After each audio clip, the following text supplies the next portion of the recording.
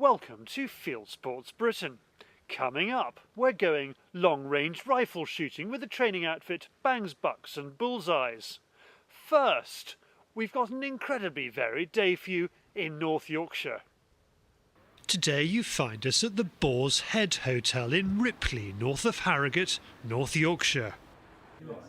It is breakfast and a team of mainly local guns are about to enjoy a rather special day at the Ripley Castle shoot. Frank Boddy, who runs the shooting here, is what used to be called an original. A Yorkshireman with a capital Y, he calls his part of England heaven. He clearly loves what he does. I do adore putting days on for people and seeing people come along not knowing what to expect. And then they go away with a smile on their face. That makes my day. Today, Frank has come up with an unusually wide variety of sport for the guns. The day we're on is what I call a Mac Ripley day, where we try and shoot different species that are available on the shooting area that I've got. Frank advertises his shooting on the popular website gunsonpegs.com. Its founder, James Horn, is on the shoot today. We're a website which is free to use. So if you're a shoot and you've got something to sell, you can literally sign up and register as a shoot owner, and then you upload your data about your particular shoot with photographs and everything else, and away you go. The volume of traffic now going through the site is fantastic, and so what we're finding is anybody who's putting up shooting is by and large, if it's a good value shoot and makes a lot of sense, is by and large selling it. But I just started it for a laugh and running my own shoot and thought, why don't we use the internet? And the next thing I knew was other friends of ours who were running shoots came onto it, and it literally has mushroomed from nothing to 3 years ago to where we are now. As well as being free to shoot owners, gunsonpegs.com is also free to shooters, and its growth to now, November 2010, has been phenomenal. It's been unbelievable. We've got nearly 17,500 members now, over 1,000 shoot owners on the system, and it's just been growing regularly and very steadily. I mean, this week been averaging over 66 new members a day, which is fantastic. Frank Boddy joined Guns on Pegs right in the early days and has been one of the most fantastic supporters of us. He put the shoot on and did very, very well in the early days because, of course, we had only a relatively small number of shoots, and has built up an enormous database of people coming to shoot at Ripley Castle. We start with a drive called Caton Gill.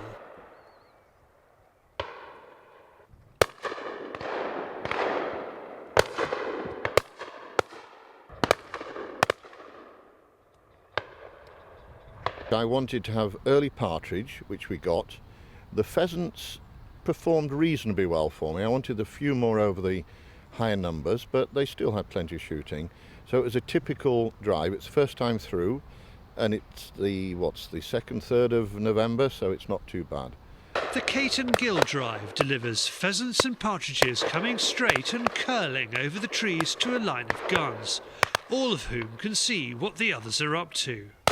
This is true gallery-driven shooting. Happily for anyone who still needs sharpening up, the birds are coming out of the woods thick and fast, so there's no time to look around. No point in starting on a difficult drive. We're building them up. After the birds have been picked and the guns refreshed, it's time to see what's next on the menu. Then I put a duck drive on. And it's not sort of floppy ducks that you get off a pond. These are driven over the trees and we're all stood in a wood. And they performed well. Pleased with those. And so he should be. Guns make their way to their pegs over duck boards and across little bridges through a diluvian marsh. The duck come hard and fast, and there's even a chance at geese.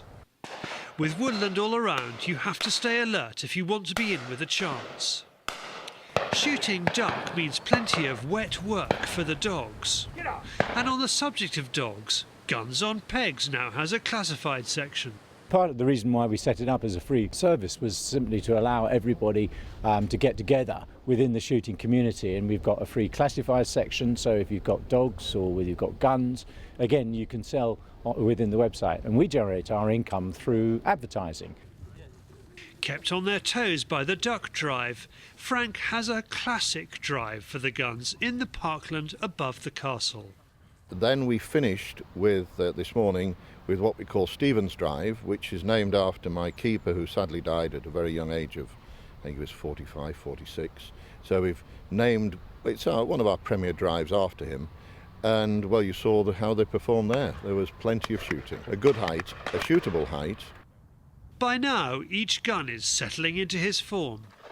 The pheasants are driven down a tapering wood on top of the hill before launching themselves across the valley and over the guns. The Yorkshire countryside rolls away, and you really can believe Frank's assertion that this is heaven.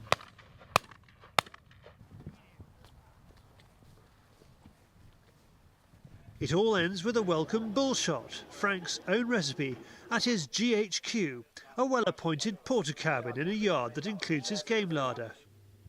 This is David Cockshot, head gamekeeper, putting game into the cold store ready for collection by the game dealer in a refrigerated van. Frank sees the first drives of the day almost as a training exercise for his guns. By the time they have had the lowland shooting around the castle, it's time to take them to more challenging shooting on his moors. They are now at a level where we can go and try some even higher birds, which when we go to Landslide, on my other shoot near Pateley Bridge at Eagle Hall, you will see some very, very testing pheasant and partridge. I started my shooting here at Ripley Castle, and around Ripley we have 7,000 acres, which consists of Ripley Castle estate and 3 other estates, which is great, good, what I call parkland shooting and testing, but not as testing possibly as what I'm about to show them on our moorland edges this afternoon. I was fortunate in having the lease of Hardcastle Moor, then Heathfield came along, and so did the shooting below the moor. So we're going on to what we call Eagle Hall and Ashfold side this afternoon. We are actually driving them from one estate onto another estate across a stream. And Landslide is right at the edge of the moor. It consists mainly of partridge, but there will be some very testing pheasants and maybe the odd grouse. You just see it's a long drive. It can go on for an hour. Some people will have 100, 150 shots. It'll test some of them tremendously. Some will perform on it. It's very interesting to see when they've been here this morning, and then I really put them through their paces this afternoon. Landslide is where the shots to bird average takes a beating. Around Ripley Castle they're putting in a creditable 3-1. Here the guns have some superb but testing birds to shoot, coming off a moor and down a narrow valley pushed up to great speeds by a following wind. With the wind that strong, ratio falls to 6.5-1. It is a long, even drive of more than an hour. I ask keeper George Reap how he keeps the birds coming for so long. Just the amount of ground we bring in, I think. It's just a massive big piece of ground, and it's out of heather and bracken, so they don't all sort of run on and flush. So they're just putting up steady away all the time. Fairly spectacular drive, really. It's an unusual drive as well, really. There aren't many drives that you can do with that. By the end of the drive, guns really feel they've worked hard.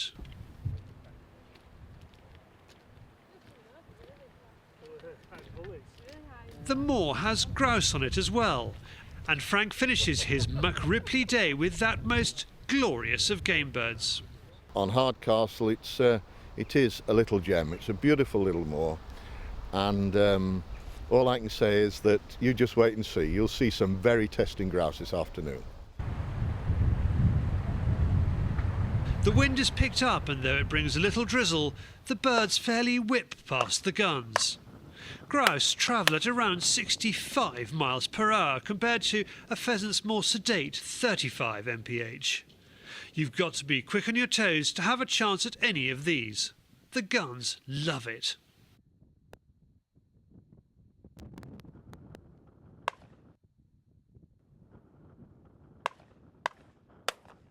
Fantastic fun, wasn't it? Yeah.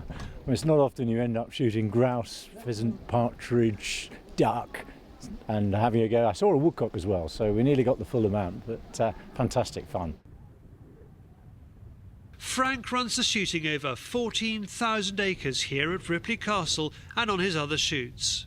That gives him no shortage of drives to offer his gun.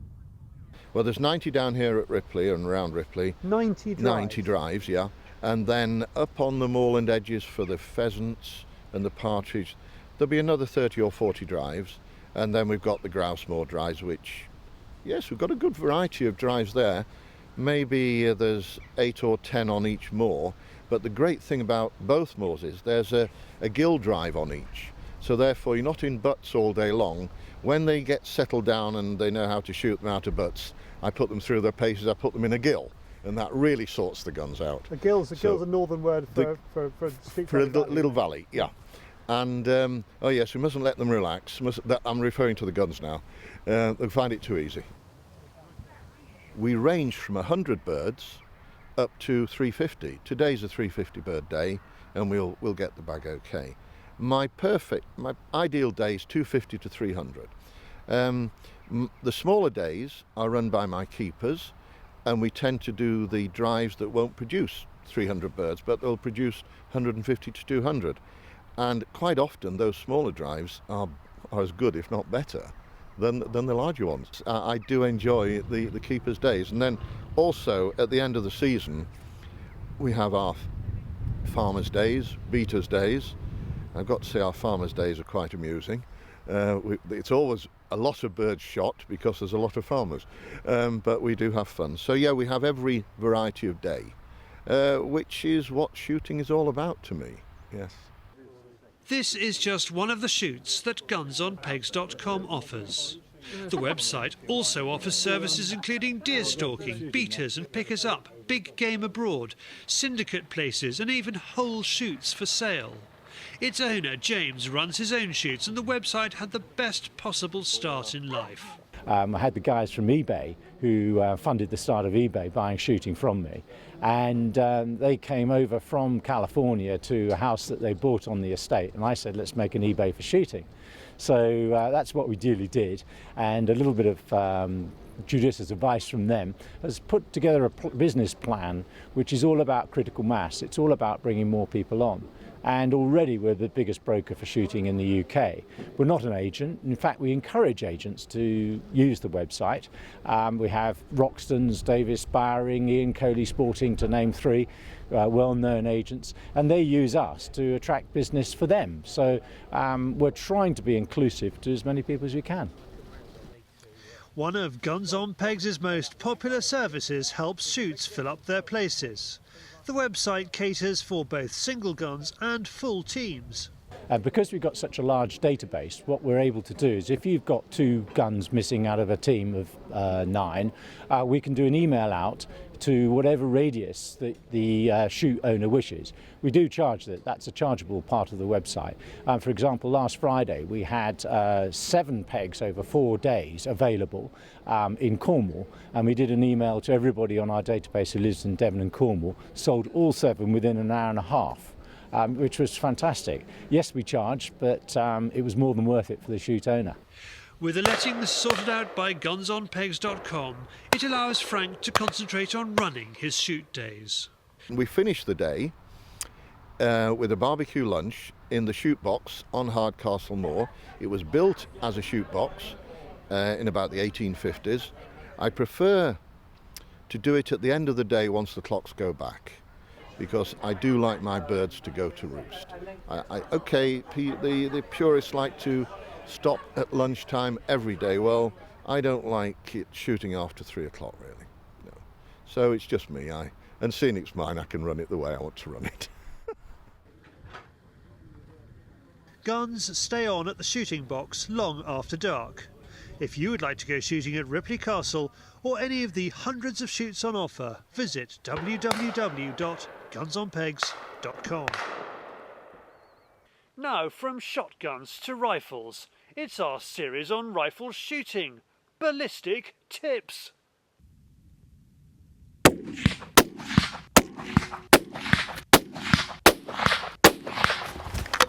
We've talked about foundations, and briefly, we're just going to talk about positions. So positional stability is sort of stage 2, if you like, of an accurate shot. And positional stability is something that a lot of people do seem to struggle with, which isn't surprising considering there's not much in the way of formal tuition out there. So at Bangs Bucks and Bullseyes, one of the things that we talk about in our positional stability is getting positions that are right for you and your physiology. So if you're carrying, say, politely a little bit of weight, you may struggle with sitting because your tummy might be in the way. If you don't have too much strength in your arms, you may need to use supported positions. And if you are slightly arthritic, you may struggle with kneeling. It just depends on you and your physiology, and we work out which ones work best for you.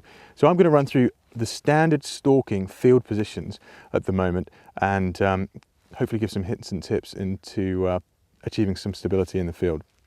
The one that everyone hates is standing, but most people shoot standing, shooting from sticks or shooting freehand. Many people limit themselves to very short range shots, quite sensibly in many cases, with standing. But there's no reason to be frightened of these positions. What we should do is just practice them in the range, practice them in the field whenever we can. And I'll demonstrate with and without support, as I will with each of these positions, so with and without support of some kind. And support for standing could be a fence, could be a pylon, it could be a tree. Always make use of something that's fixed and solid. And the key with all of these positions really is the lower you can get for any position, the better. So if you can go prone, go prone. If you can get sitting, get sitting. If there's grass in the way for prone. If you can go kneeling because you need to get a bit higher, shoot under a tree, go kneeling. Standing, because you need to get a shot off quickly, or it's the only shot that's available, is fine and stable. You should be able to shoot out to 200 yards quite comfortably with practice, with the right kit. So if we look at the standing position first of all, if we look at this without aids in the first instance, standing ourselves, if we see a roe deer 100 yards away and we're in a position to take a shot, and we've got a loaded rifle, which this isn't at the moment, the shot with your rifle coming off of your shoulder, off of the sling, is to come up in the shoulder and to not try to stay on the target for too long. You've got your feet at roughly 45 degrees to the shot. You've got your elbow up as high as you can get to make a nice pocket in your shoulder, and you're not going to get a perfect sight picture at standing without sticks. You are going to get some movement on the target, especially if you've got a high magnification scope. The thing is, get onto the target comfortably, come down through the target slowly, and take a shot with the same foundation that we've talked about earlier on. There's no jerk of the trigger and no rush. Your breathing, you paused, your stock weld is the same, your follow through is the same. You haven't jerked and you haven't lifted your head to see what happens, because the best place to see what's happening is through your scope. So that's standing. Again, you're into the shoulder, weight evenly distributed on your feet, 45 degrees to the target, coming down slowly through the target and release. And that's standing. Practice it, practice it, practice it. There's no reason at all why you can't take 100 yard plus shots with a standing, practiced position. With sticks, there's no difference at all, and we don't overemphasize or exaggerate anything we're doing. The point about sticks is it's just there to support the weight of the rifle. You don't want to hunch in, you don't want to lean on, you don't want to exaggerate anything at all. It is just there as an aid to the weight.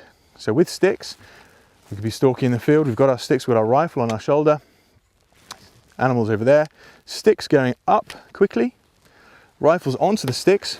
If you've got a sling on your rifle, which I usually do, arm through the sling, lock into the sticks. I haven't changed anything about my position at all, apart from the fact that for me, I'm holding my sticks. Some people prefer to have their hand here. I'm holding my sticks still. Everything's the same. I haven't done anything else apart from let the sticks take the weight of the rifle and pause, follow through, exactly the same. Okay, so in this instance, demonstrating that standing shot, standing with sticks. First of all, there's a crafty fox over there. Top fox target. He's come along, he's going to eat my pheasants. Nothing like motivation, and I've just shot him through the eyes. That's standing with sticks. Well, we're back next week. This has been Fieldsports Britain, and in the words of Wyatt Earp, fast is good, but accuracy is deadly.